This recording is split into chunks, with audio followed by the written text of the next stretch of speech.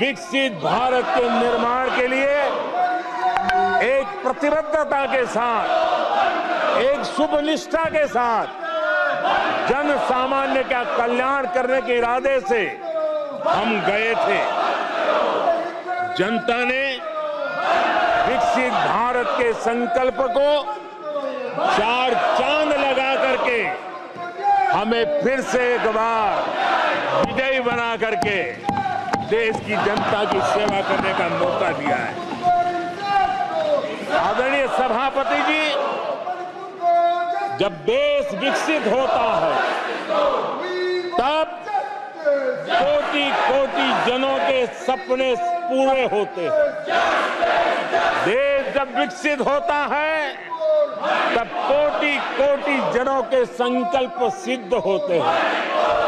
आदरणीय सभापति जी, जब देश विकसित होता है तब आने वाली पीढ़ियों के लिए भी एक मजबूत नींव उनके सपनों को पूरा करने के लिए तैयार हो जाती है। आदरणीय सभापति जी, विकसित भारत का सीधा सीधा लाभ हमारे देश के नागरिकों की गरिमा, हमारे देश के नागरिकों के क्वालिटी ऑफ लाइफ का सुधार, ये स्वाभाविक हमें विकसित भारत होने से देश के कोटि-कोटि जनों के भाग्य में आता है। आजादी के बाद मेरा देश का सामान्य नागरिक इन चीजों के लिए तरसता रहा है। आदरणीय सभापति जी, जब विकसित भारत होता है तब हमारे गांव की स्थिति, हमारे शहरों की स्थिति, उसमें भी बहुत बड़ा सुधार होता है। गांव के जीवन में गौरव भी होता है, गरिमा भी होती है और विकास के नए नए अवसर भी होते हैं। हमारे शहरों का विकास भी एक अवसर के रूप में विकसित भारत में उभरता है, तब दुनिया की विकास यात्रा में भारत के शहर भी बराबरी करेंगे, ये हमारा सपना है। आदरणीय सभापति जी, विकसित भारत का मतलब होता है कोटि-कोटि नागरिकों को कोटि-कोटि अवसर उपलब्ध होते हैं, अनेक अनेक अवसर उपलब्ध होते हैं और वो अपने कौशल्य, अपनी क्षमता और संसाधनों के अनुसार विकास की नई सीमाओं को प्राप्त कर सकता है। आदरणीय सभापति जी,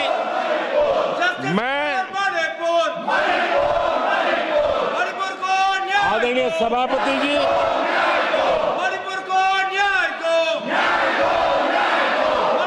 आदरणीय सभापति जी,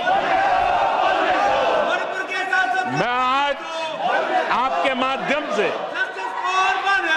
देशवासियों को विश्वास दिलाता हूं, मैं देशवासियों को विश्वास दिलाता हूं कि विकसित भारत के जिस संकल्प को लेकर के हम चले हैं, उस संकल्प की पूर्ति के लिए हम भरसक प्रयास करेंगे, पूरी निष्ठा से करेंगे, पूरी ईमानदारी से करेंगे और हमारा समय का पल पल और हमारे शरीर का कण कण हम देशवासियों को विकसित भारत के सपने को पूरा करने के लगाएंगे। हमने देश की जनता को कहा था 24/7 फॉर 2047। आज मैं इस सदन में ही दोहराता हूं कि हम उस काम को अवश्य पूरा करेंगे। आदरणीय सभापति जी, 2014 के उन दिनों को याद कीजिए, उन 2014 के उन दिनों को याद करेंगे तो हमारे ध्यान में आएगा कि हमारे देश के लोगों ने उनका आत्मविश्वास खो चुका था। देश निराशा की गर्त में डूब चुका था। ऐसे समय 2014 के पहले देश ने जो सबसे बड़ा नुकसान भुगता था, जो सबसे बड़ी अमानत खोई थी, वो था देशवासियों का आत्मविश्वास। और जब विश्वास और आत्मविश्वास खो जाता है, तब उस व्यक्ति को, उस समाज को, देश को खड़ा होना मुश्किल हो जाता है। और उस समय सामान्य मानवी के मुंह से यही निकलता था कि वो इस देश का कुछ हो नहीं सकता। उस समय हर जगह पे ये 7 शब्द सुनाई देते थे, इस देश का कुछ नहीं हो सकता। यही शब्द 2014 के पहले सुनाई देते थे। भारतीयों की हताशा के इन 7 शब्द एक प्रकार से पहचान बन गए थे। उस समय आए दिन अखबार खोलते थे तो घोटालों की खबरें ही पढ़ने को मिलती थी और सैकड़ों करोड़ के घोटाले, रोज नए घोटाले,